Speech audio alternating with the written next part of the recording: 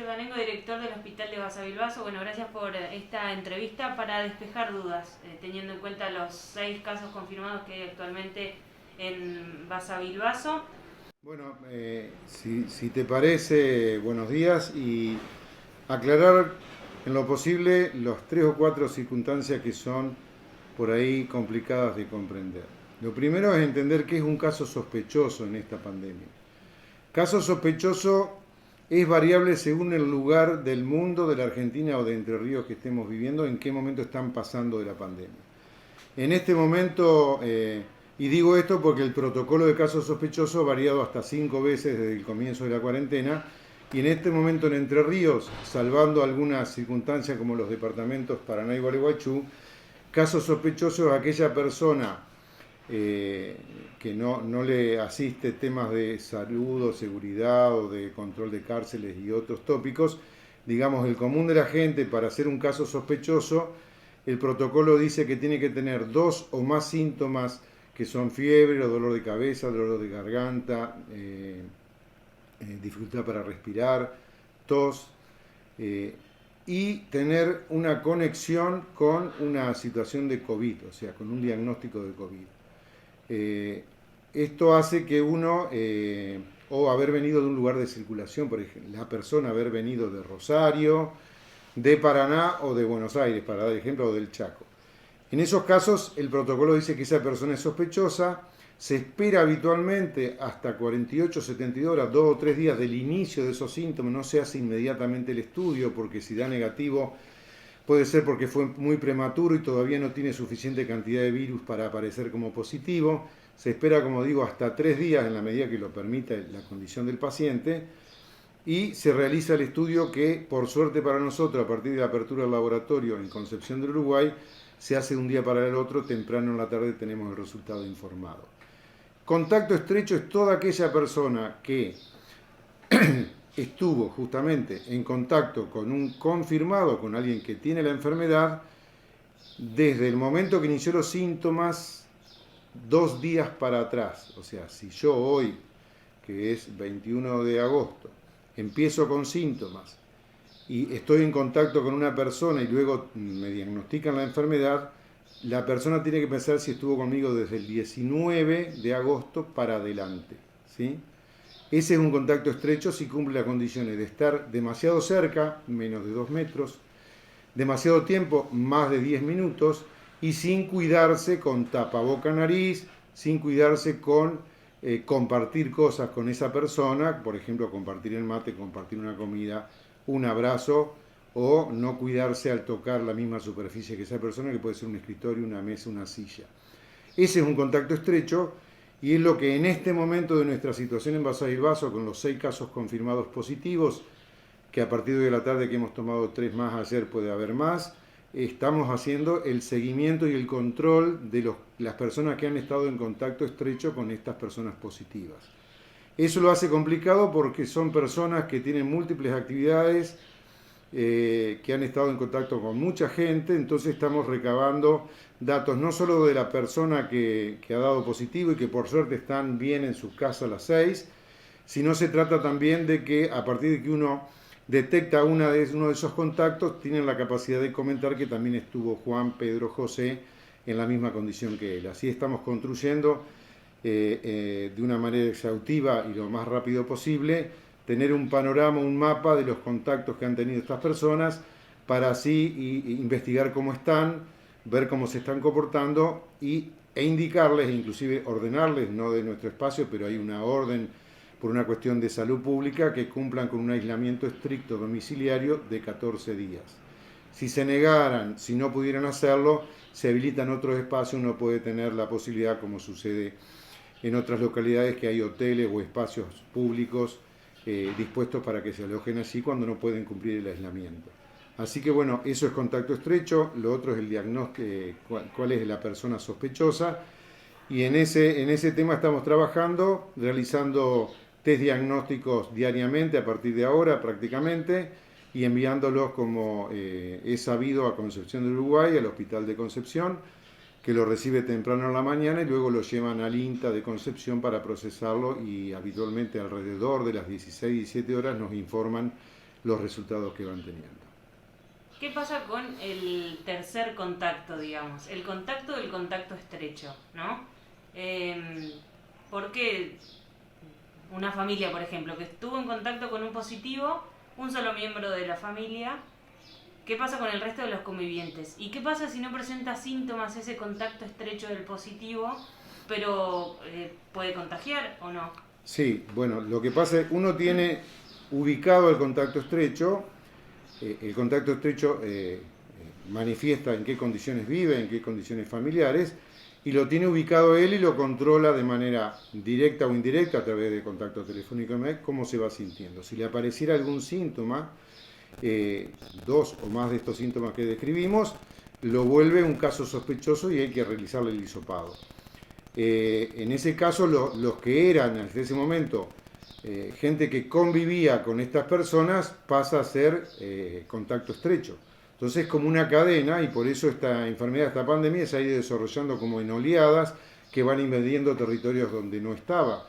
Y es tan complicado también porque no depende solamente de una cuestión matemática, sino que depende de la consideración y la personalidad de las personas. O sea, hay gente que olvida con quién estuvo, hay gente que no quiere decir con quién estuvo, hay toda una serie de situaciones que dan lugar a que sea muy complejo y eventualmente en muchos casos se pierde esta condición de seguirle el hilo a la enfermedad, lo que llaman nexo epidemiológico. Ustedes verán que la provincia informa que está en investigación un porcentaje del nexo y en otro se conoce y muchas veces no se logra determinar porque se nos pierde en la falta de datos. Así que esto hace que se siga desarrollando y caminando por el mapa mundi, digamos, esta enfermedad que ha invadido prácticamente, no ha dejado país sin desarrollarse. Y bueno, lo que tenemos que hacer es tener en cuenta que pese a que tiene una baja mortalidad y letalidad, o sea, la mayor parte de la gente tiene una enfermedad leve, existen aquel pequeño porcentaje que es alrededor del 4 o 5% que desarrolla una enfermedad moderada o grave, y en algunos casos mortales. Tenemos que tratar de cuidarnos entre todos para que esas personas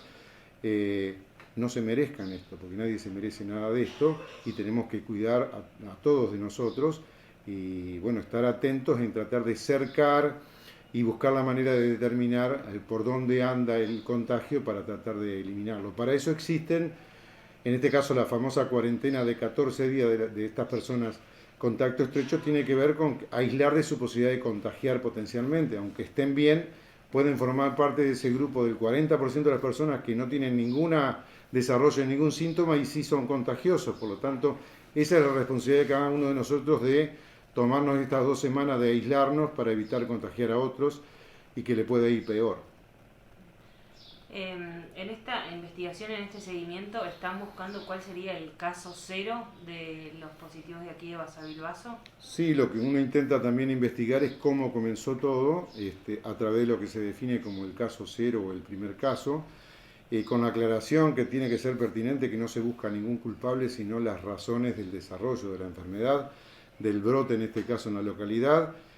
A veces difícil y a veces imposible, porque a través de que las personas circulan, no siempre con atendiendo los permisos que teóricamente están en las normas, actividades esenciales, lo que no se puede evitar. Sabemos que hay gente que circula por diferentes localidades, departamentos, inclusive provincias, y encuentran la manera de llegar sin que fuera necesario, y aunque fuera una actividad esencial, como está ese famoso porcentaje significativo de 4 de cada 10, que lo puede tener y no desarrollar síntomas, la gente puede tener el virus, traerlo de otro lugar, viniendo porque tiene que hacerlo por razones de trabajo, porque es un médico, porque es un viajante, porque provee alimentación, cosas que son esenciales para la vida, y sin embargo dejarlo acá porque en algún momento la cadena de estos cuidados de mantener la distancia, el tapaboca, la higiene de las manos, el alcohol en gel, el alcohol al 70 y demás, fallamos como individuos y se producen estos contagios. Bien. ¿Se realizaron los hisopados a tiempo acá en la ciudad? Ese es un interesante tema porque hay un debate no oficial, pero que uno le ha llegado, digamos, como que hubo retraso en tomar la conducta de hacer el diagnóstico. Vuelvo a repetir los criterios de casos sospechosos. Cuando uno tiene una persona con 2 o 3 de estos síntomas, que puede ser la fiebre alta, 2 o 3 días, pero no tiene razones para sospechar que haya una conexión con esta enfermedad,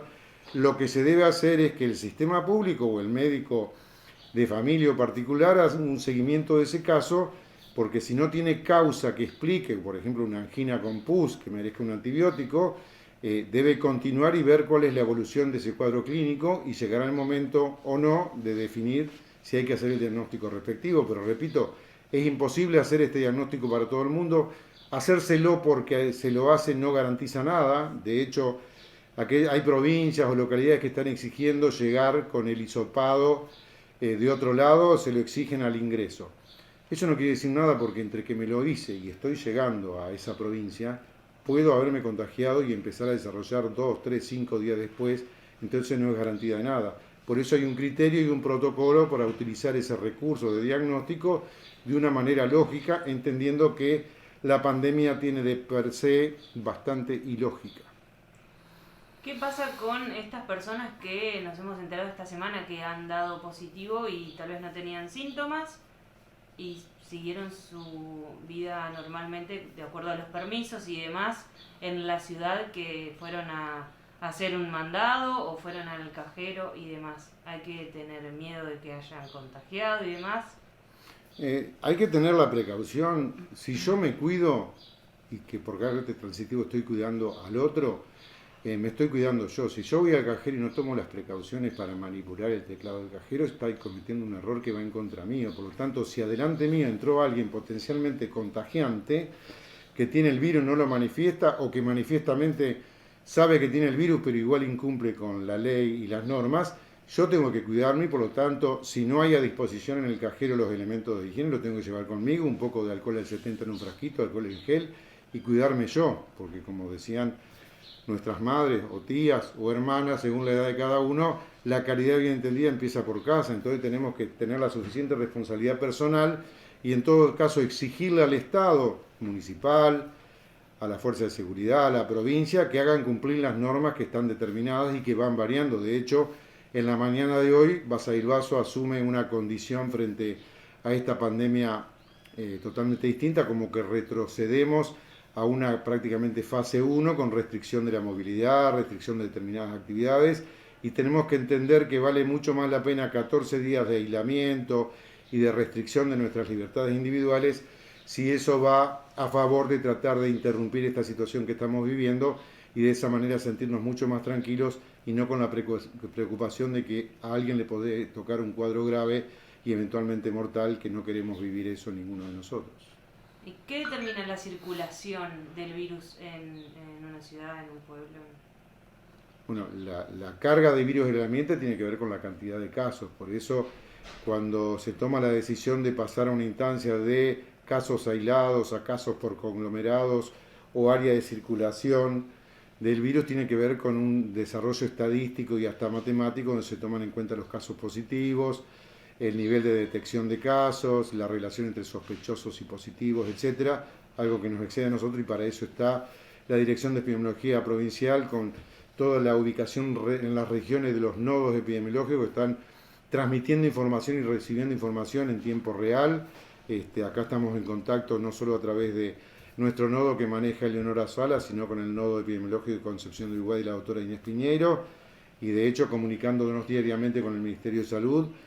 buscando datos, buscando refrescar información, ratificarla y eventualmente ser acompañados en la necesidad de tratar de controlar este brote, ¿no? Y fundamental no estigmatizar a nadie ni buscar culpables, como dijiste al principio. Absolutamente, porque creo que nadie racionalmente quiere buscarse una enfermedad. De última, lo que sí hay que revisar son ciertas conductas individuales o de grupo inclusive, porque si uno le dicen que no debe hacer determinada actividad en un campito o en un lugar, en una plaza, y lo hace, está incumpliéndose. Tenemos que tener en cuenta que estas cosas tampoco sirve aquello de que como el otro hace determinada cosa, yo me siento habilitado para no hacerlo. Digamos, uno tiene que tratar de cumplir lo que se sabe que es positivo para el conjunto. Así que no hay muchas excusas y de hecho los países que le fue mejor o los lugares donde le fue mejor es porque han tenido la capacidad como sociedad, como comunidad, de manejarse con la normativa que dice si nos cuidamos de esta manera hasta que aparezca un tratamiento o una vacuna, podemos disminuir o hacer desaparecer la situación de tener casos de personas con esta enfermedad. ¿Y cuál es la situación del hospital ante un eventual aumento de casos? Bueno, el hospital, que trabaja en una red pública de hospitales y efectores en general de salud, en este momento cuenta y ha contado con todas las herramientas necesarias para llevar adelante su trabajo. Esto es buscar los casos, estar al tanto de los contactos estrechos, estudiar a quien se deba estudiar y en todo caso manejar a los pacientes que pudieran surgir. Vuelvo a repetir que los casos que tenemos son leves y están en su domicilio. Estar en su domicilio o no, no solamente tiene que ver con el nivel de gravedad del cuadro, sino si la persona tiene condiciones para mantenerse aislada en su domicilio. En función de eso, hasta ahora por suerte se ha podido llevar adelante esa práctica, pero nada quita que podamos usar los espacios que hemos habilitado para tener personas en aislamiento porque están esperando un resultado y no pueden hacerlo en su casa aislados estrictamente o para manejar situaciones leves o moderadas de enfermedad. Bueno, reiterar que está el número del COES para cualquier consulta, ¿no? Así es, que vos lo vas a publicar por ahí sí, abajo. por supuesto. Está el número de las 24 horas habilitado para las consultas y tenemos también mecanismos alternativos como llamar al hospital, bueno, llamar a los médicos de confianza, que